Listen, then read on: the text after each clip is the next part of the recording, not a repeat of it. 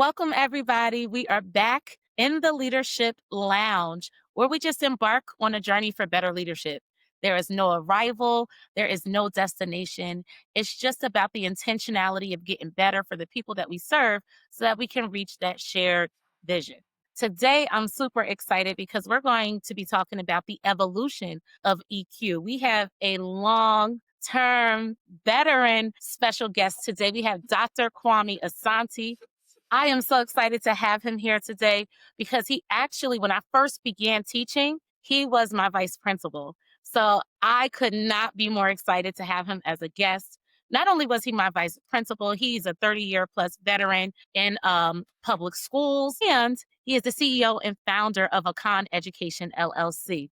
So without further ado, I would like to welcome Dr. Kwame Asante. Hello, hello, hello. Thank you for having me. I'm excited to see you in this space and doing your thing. It definitely makes me proud because I know you from a little bitty girl back in the day, right? To see you as Dr. Davis is definitely a proud moment for a former educator to see one of either their mentee or former scholar doing their thing. So definitely makes me proud to see that you're doing this. And let's get it. Let's get to it. Let's get to it. So today we're going to talk a little bit about the evolution of your leadership, how emotional intelligence has evolved for you from when you first got into education until now you leading your own business, helping to guide future educators and guide the Right. leaders in the industry now. So just tell me a little bit about the juxtaposition of who you were as a leader and who you are now and who you're still becoming. Anything we do is a process, right? So becoming as an instructional practitioner, classroom teacher, I ran my class a certain way. Even though I'm dealing with scholars of different backgrounds and different, there was I was about some degree of rigidity, so to speak, right? Some degree. My No, scholars would will vehemently disagree that it wasn't rigid at all. It was just, there were standards. You had to come in, you had to follow a certain protocol. And in essence, when I became a school leader, an instructional leader, brought that with me initially, right? Because hey, these are the expectations, these are the standards, right? How you feel. So what you were sick, whatever, the work still needed to get done. I expect you to be done with such and such and such in this fashion or this time frame. And so the early days of my leadership, it was pretty much black and white. It was either done or it was not. And these are the consequences if it's not done. These are the rewards if it's done. It was just that type of structure. But over the course of that 17-year window of being an instructional leader, from VP as 4 years as a VP, and of course the 13 years as a school principal, you grow. You begin to understand as you get older, as you get a better grasp of that space, you begin to understand that, yeah, it can't always be black and white, right? There has to be some give, but it's a process. It's a process of understanding who you are, recognizing that, reflecting on just practice. Okay, if I'm this way and everything coming back is saying something different, let's reflect. How do we pivot? And so it was a process. Most of my staff or some of my staff will not understand that depending on when they encountered me, they got a different Kwame Asante. If you got me on the front end, you got black and white, right? If you got me halfway in the middle, you got a toned down version. Yes, the accountability I don't think ever changed. However, the empathy and the relationship dynamics of just making sure that you don't send everybody packing all at once, that dynamic, there was a shift in that space. By the time I walked away, I think the empathy level was at a different space. It's interesting because 2 years before I left, I retired, I had a practitioner transfer to my building. Pretty much like I don't think she was told anything until she showed up to work, which is, of course, for some folks based on whatever their perceived disposition towards yours truly may have been. OMG, what? You're sending me there? And so they came in emotionally wrecked. They could not comprehend why they had been moved. They hadn't taught at that middle school level, right? So that's a challenge in and of itself. So it's like, okay. Now, year one, Kwame Asante would have been like, all right, you're here, get over it, get to work. Versus literally, I still remember like sitting with this woman and, okay, so you're here. Okay, so how do we make this work? Right? What can I do to help you transition into this new arena that you've never been in so that you're comfortable? And so, the approach was entirely different. Yeah, and there was a few things in there that I really appreciated. So Hmm. one, I like to share that one of the things that I've always loved and respected about you is that I knew what I was getting, right? You were consistently you. And whether or not people didn't like, right, that I always appreciated that I knew who I was getting and respected that greatly. So with that, because you said you as a leader, part of your evolution was really fundamentally understanding who you are. Hmm. Although you've made some shifts throughout the year. How did you manage making certain shifts or gradually moving towards the spectrum for empathy without losing who you are fundamentally? Who made you who you are? What made you who you So are? part of it is again reflecting on your practice. One of the things I try to coach now is encouraging leaders to be reflective. Right? Look at the big picture. The leader isn't just focused on just you. The leader has to deal with the scope of the landscape. It was critically important at some point in my development as a leader to pause for a second and say, okay, what is it that I'm doing that's causing whatever challenges I may be encountering on the receiving end, right? I made this decision in the interest of scholars, but adults are being a moaning about it. Why are they being a moaning about it?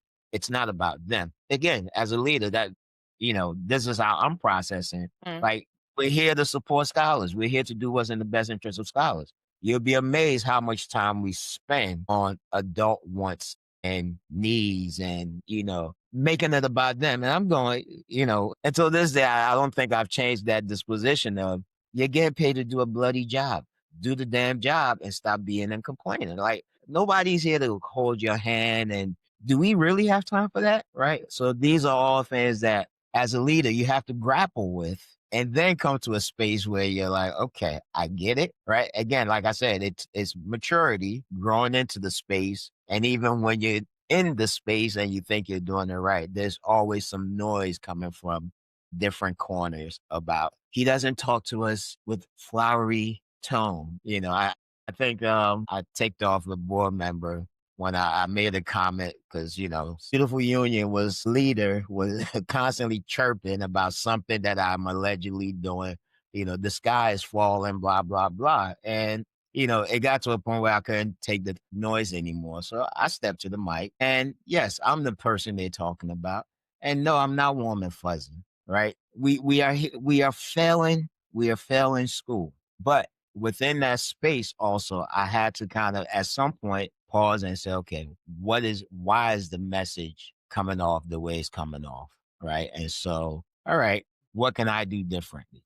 And I think that what you lifted is really important because the charge is so important, right? The thing that we're Hmm. trying to accomplish has such gravity to it that it could feel irresponsible Right. to slow down to deal with what we could perceive as nonsense in the moment Hmm. when we're trying to get to this charge. One thing, and that's why you're on this show because ladies and gents, siblings, we have two very different approaches to the work that Hmm. we both have the same shared vision for, right? And Right. that's true of workspaces, right? You can want the same thing and go about it two different ways. And Hmm. if you're not, like Dr. Asante was saying, if you're not really understanding who you are as an individual and the needs of your community, that could become conflict. But just Hmm. because you have two different approaches, it doesn't have to be conflict. No, So, absolutely not. yeah, I always quote Pastor Cal from Married at First Sight because it really changed the way I looked at leadership. And then it changed the way I dealt with my personal relationships at home, family, my Hmm. partner, everyone. And Pastor Cal said, do you want to be right or do you want to be married? Right. And I love that because that really was like, oh, snap. Because the charge, right? We all want that thing. And we could be fundamentally right while we're frustrated about something. But when we're trying to get to that shared vision, it's more so about, I appreciate you lifting that. Like there was some compromise being made without compromising who you are as an Mhm. individual, because it was about accomplishing the thing that we're trying to get to versus who's right or wrong in the thing. No, that's absolutely correct. And one of the things that a lot of people don't realize, I always told my support staff, I leave my ego in the car Mm. before I walk in the building. People that because if I brought my ego, if you thought you ain't like me, I think you'll be like, yo, this guy is, I check my ego. I leave that joker in the car because I understood that, you know what, it's not about me, right? When I can pick up a mop and start mopping somewhere in the building, I'm not that leader that's just sitting in the office and whatever. I'm moving through the building. I'm doing my part, right? So if I'm doing my part, the expectation is that everybody else do their part. You couldn't work with me just coming to hang out.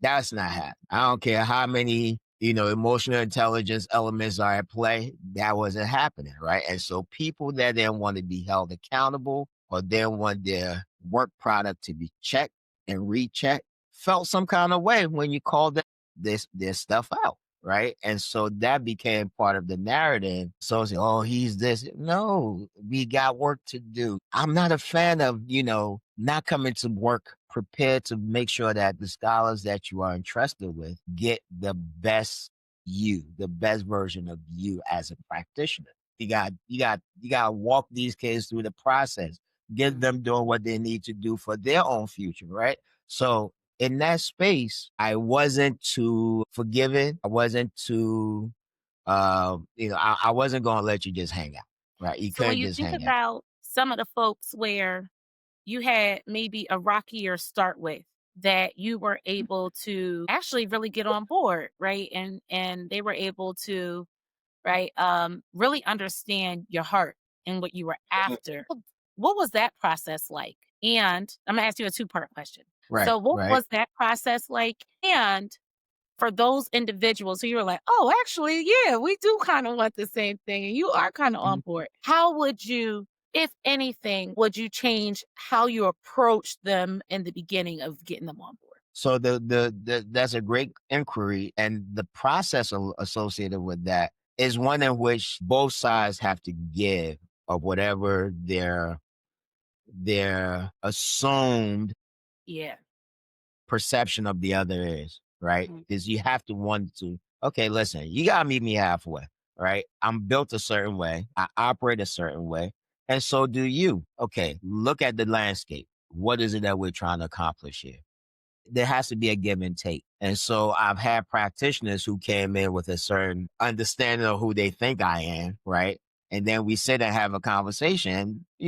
These are my expectations. This is what I want to view here. If you're joining the team from outside the building initially, you're coming in with, oh, this principal at this school is this, the principal of that. You're coming in because, again, whether the reputation is earned or perceived or whatever the case might be, people come with some informed disposition with that, right? And so when they walk into your space, they're trying to figure out how they're going to fit in. One of the things I always did when folks came in, we have to have a conversation, right? I need to know where your head is, let's talk about expectations. When I talk to staff, I don't do the hemming and the hawing thing, right? So I think that at times bothered people because I spoke firmly and with a degree of certainty about what my expectations are. Mm. Some people didn't like that. They were accustomed to leaders who would, well, if you want to, no, there is no if you want to, right? We are here to do a job. We got to move our kids, right? Becoming a turnaround principal isn't something that happened overnight, right? It took years. It took years of pushing people to go beyond their comfortability, right? And so with that comes a whole lot of noise. And if you feed into the noise, you can diminish. I've always talked about, one of my former teachers who later became an admin, always talked about the fact that I used to talk about educational malpractice, right? Adults who get paid on the 15th and 30th being allowed to just hang out. That's educational malpractice. If you're getting paid, I need you to be. And so for me, that was the space that I've always operated in. As I shared with the board, my last on my exit, so to speak, I was given an award, and I said, I make no apologies for fighting on behalf of the scholars that we were entrusted with. Did I do it all perfectly? Nah, not even close. So by the time I walked away, how I would have handled certain situations in year one, year two, right, were vastly different by year 17 as an admin, right? And Yeah, so, that's the but it's a process. It's it a is a process. process, It's always a process. and it's all also situational, right? Mhm. Because situations tend to also force you, if you're a reflective practitioner, situations will force you to look at, okay, how did I handle this? Yes, Why did I handle it this way? How could I have handled it better so that it was a win-win for everybody? And so if you're not doing that piece, growing emotionally becomes a challenge. I think that one of the reasons why I was super excited to have you on the show is to help kind of dismantle a misconception about emotional intelligence, right? A lot of Hmm. folks look at it, they say it's a soft skill. I refuse to call emotional intelligence a soft skill. It's an absolute Hmm. necessity when dealing with people. And it's It not an is. add-on. And it doesn't mean you have to be warm and fuzzy, right? So Absolutely. that's a misconception for folks because when I'm bringing up emotional intelligence, they're like, I'm just not that type. Like, no, like that's a misconception. You're exhibiting emotional intelligence because you're very self aware of who you are and how Hmm. others experience you. Right. Right. And so when you're having that one on one conversation that you said you've grown to incorporate into your leadership practice, those one on one conversations allow for you to understand who you are, who they are, and how you work together as a unit Right. in pursuit of that common goal. It doesn't necessarily mean you have to be less direct in speech, right? It doesn't mean that. But sometimes folks think emotional intelligence is soft, right? I have to soften who I am. Right. That is not Right. emotional intelligence, which is why I No. was so excited to have you specifically as a guest. Right. So, on occasion, pardon me, on occasion, I had a couple of practitioners that, again, when you talk about developmental growth, year one, it would have been like, oh, they got to go. Right. Right? They gotta go. Yo, they are they gotta go. By year 7, year 8, they gotta go became, okay, let's see what they need, right? Let's work with them. But you still have to have that difficult conversation of, listen, your performance based on the evaluations, based on the amount of calls that come into the office about management, and da, da, da. You have to have that conversation, right? Absolutely. Having that I can't sugarcoat that, because if I do that, I feel I'm doing you a disservice by pretending that, by not saying what the obvious issues are, And right? And avoidance of so conflict is not emotional intelligence. So exactly, some people exactly. think that, "Oh, it just means I need to be nice." No, it has No, no, nothing to no, do no, with no, nice or not nice. right? Emotional But intelligence just lets you know what posture, what position, how do I approach this difficult conversation? But the difficult right. conversation needs to be had. Oh, the conversation is happening. I'm sorry. Yes, We're yes. not avoiding it, right? It's No. happening because if I don't have that conversation with you, I'm in essence doing you as a practitioner a Yeah. disservice, Mhm. right? Because I'm not giving you the true elements of what I'm looking for as an instructional leader from you to be better able to support the scholars that we're charged with providing instruction to. So, that conversation is happening, but it's happening in a way that lets you know that, hey, these are the areas of challenge that I see from you based on observations that weren't just solely done just by me, but by a cohort of leaders within the building. And sometimes if it's a challenge, we bring somebody from central office to also put a lens on what it is that we think we're seeing. If they see something different, and then we have the conversation and then make an informed decision. But from my standpoint, okay, what are the elements that we need to put in place to support The this individual? conditions. And then you've done great things, right? Turning around the school in the magnitude in which you were able to do that. And obviously that's the people management, right? So, And yes, it's people management is and that was not easy. And so it's fascinating, when we're having this conversation because people really do not understand the scope of what a building principal has to deal with. And I think that's sometimes partly the reason why some of us or some of them or some leaders stay in the office, right? It's like sticking your head and in the that's the sand. opposite of being able to be a present leader. Yeah. So I think that one Sticking your thing that head. I definitely want to get in here and ask you, because you and I have never had this problem. I've always felt comfortable to give you feedback. Mhm. And you've always, right? You definitely feel comfortable giving me feedback. Oh, And no. I think, Let me say before you ask, because I think people have the impression that, I was averse to feedback. I welcome and that's why I feedback. wanted to get into it. Yeah, I welcome, you do. the divergent perspectives because that helps me. But that's just who I am, right? And that's exactly what I wanted to lift because, right, that was another misconception. You're a very direct individual. Your words are very intentional and it doesn't really include much fluff. And some Mm-mm. people may have been intimidated by that and been more reluctant to give you feedback under the assumption that I can't give you feedback. And so Right. part of my framework, I have my own framework, it's called the From Within framework.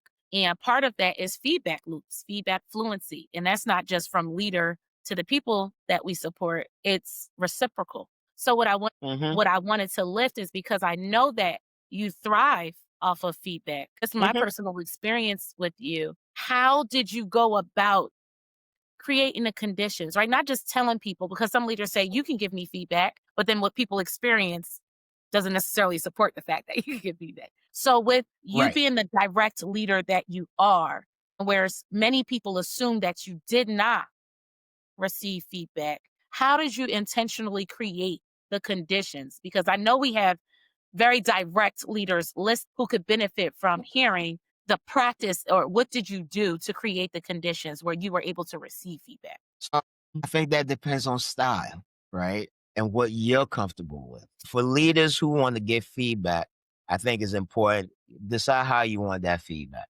right? Mhm. Think about it. What will work best in your given situation? How do you want to receive it, right? Because I think that when you do the anonymous thing, even when it's anonymous, people are not truthful. 'Cause they always think that you know who they are. Right, right. And so, I don't know what tool you will use if you want to use a tool. Or listen, let's have an open powwow. Y'all listen, because I think with me, the challenge was the fact that people have made so many assumptions that feedback will mean, oh, I'm coming at. No, I've never no one till this day. If you can find somebody who said, oh, he came after me because I gave him feedback, that wasn't the thing, right? I wanted the feedback because the divergent perspectives helped me Mhm. make an informed decision about how we move, right?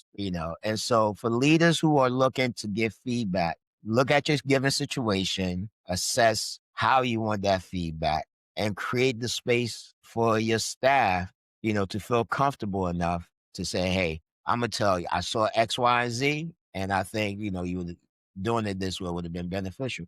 And you have to be receptive to it. That piece where you said create the space, that's where folks have difficulty. I think that comes with trust, right? That comes with trust. And so what does that look like for you as an individual? For me, it didn't matter how often I yell from the top of the mountain, it's okay to say what you got to say to me, because it didn't matter what you said wasn't taken as people can get personal, right? And Mhm. that's what people tend to do when they feel that they're not being heard rather than dealing with the situation, they tend to get personal because some people are going to be brutal in their response and their feedback. And are you prepared for that person that is going to give you feedback from a personal disposition, Mhm. right? Are you prepared for that? So, again, the trust dynamic is critically important in this exchange, right? Mhm. That I can tell you about your leadership style, the folks focus on the leadership. If you could give me feedback, substantive feedback, evidence-based feedback, about my leadership, I welcome it, right? Be as brutal as you can be. because that's going to inform, okay, how I move, how I deal with situations. I have the 262, 20% of the people on your staff follow you because you are the leader, Mhm. right? 20% just don't trust you because you are the leader, right? They don't care for you, for whatever the reason. Your presence interrupts their flow in terms of whatever comfortability they've always had, right? You are a disruptor to their space, so to speak. And then you have the 60% in the middle that could go either way, depending on what the situation is, depending on which group of 20 can sway them to their side. And so the 262 is what I call it. So as leaders, we lead the 262, right? Mhm. 20% that it doesn't matter. You're the leader, we ride with you, ride or die. You want us to do this, we're in. No questions asked. Then you have that 20 that's like, yeah, I don't care. And then the 60 in the middle. So with that, you got to be able to win the middle over, bring that addition to that positive 20 that's willing to do what needs to be done in the interest of kids. You also want their perspective in terms of how they see you as a leader so that when they give feedback about leadership and it's not personalized, it's based on, I know we're doing A, B. Can we look at D? Because I think D will probably work better for us as a learning community. Now that's the type of feedback you want, right? Yeah, and I think that when you brought it full circle, because when you started the conversation and your evolution of emotional intelligence in your leadership, you Mhm. grounded in what I think is most important was you have to have a really great sense of self. So to bring it to Absolutely. now, when you're talking about when I'm asking you, like, how do you create the conditions for folks to give you feedback when it may not feel comfortable giving feedback to somebody who's so direct? How did you create that space? And I thought it was brilliant that you said communicate how you want to get feedback. And I think that Right. those 2 things pair. If you really understand yourself, you can let people know how you receive feedback. And then you guys Hmm. can hold each Absolutely. other accountable to that. You could say, "Hey, give me feedback. Make sure you include a piece of evidence. All of my feedback Hmm. to you will be with a piece of evidence. If it's not, you give me feedback on that, just like I'll give you feedback." I Right. love Right. that because you know who you are. You can clearly articulate how people can give you feedback so then you're not hung up on the words. I love that. Right. And if you're confident in who you are, right? Sometimes that bothers people, right? Mhm. Especially as a black male, Yeah. not cowering, not hemming and hawing about. Nah, this is how I want it done. Like I'm not sugarcoating, and so that in and of itself can rub some people the wrong way. Like who does he Yeah, I mean, think it he rubbed me the is? wrong way when I first met you, right? Because I was like, "Who is this? How he talking to me like that?" But quickly, we actually had a fantastic working Uh huh. relationship because I understood that's who you are. Right? And when I understood, Hmm. well, that's who you are. It's not a Shanisha thing. It's like that's who he is, and we both cared about the same thing. But because you were consistent in who Right. you were, and you really heard me when I brought to you, like, like, why are you talking like that? like, Hmm. we were able to have that honest conversation. And I really do want to stand for folks. Right. That's emotional intelligence. It's not one person getting their way. It's not you bending so much to where you're no longer yourself and you're adapting to everybody around. Hmm. That's not emotional intelligence. Emotional intelligence is understanding No, who you not at are, all. who are the people you're supporting, and how you work together to get this thing done. That's emotional intelligence.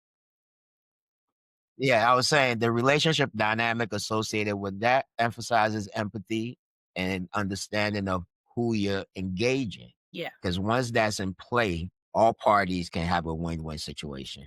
Win-win situation. And I think that I'm hearing empathy was your one that you've been really lifting. As we close out and you're Hmm. talking to um leaders, a non-negotiable aspect or characteristic for emotional intelligence that you think really helped you to achieve all of the things you achieved in your time with the folks that you worked with. You would say that's empathy, or would you add something to that? Or I would say, developing an empathy balance, right? And the reason why I say empathy balance is I got to that space where it wasn't, like I said, initially it was black and white. I don't care what. So what? The bus was late. So what?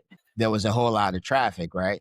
You know your path to school to work, right? Make sure you leave early. You know what traffic looks like, right? Get into that space where it's like, okay, you have to allow for a little bit of gray. You have to also allow for a little bit of grace and see things from the lens of the recipient, right? And so when you can do that, it makes the conversation, okay, listen, I know that getting to work on time is a challenge. What can we do to help you get here a little earlier than you should so that we don't have this ongoing issue? The conversation, but that's development, right? That's development. That comes with being in a role. That comes with being reflective in your practice. And I think that empathy aspect for me was probably the biggest growth component that came with my development over the years in the leadership capacity. Really appreciate you being here today. Thank you so much. Again, we tell everybody it's not about arrival, it's no destination, it's no getting it right. It's all about being in that reflective space to where you can be a better version of you. So, with that, can you let everybody know how they can find you? Yes, akanzone.com will put you on my business page. I'm on Instagram. I'm on Facebook. AKAN Education LLC. We're here to support practitioners, leaders, uh, in growing and becoming a better version of themselves, helping schools find their path to success. So that's where we are. But that comes with 33 years of lived experience. I know that's right. Put some Yeah. respect on it. Okay. Well, But until thank you next so much time. for having me. Appreciate that. I really appreciate you being in the room. Thank you. And it's not always easy to join in these conversations, but it was so intentional because I know our approaches are different, but in pursuit of the same thing. That's why I was so excited to have you in the room. Until Thank you. next time, everyone, we'll see you back in the Leadership Lounge. Bye.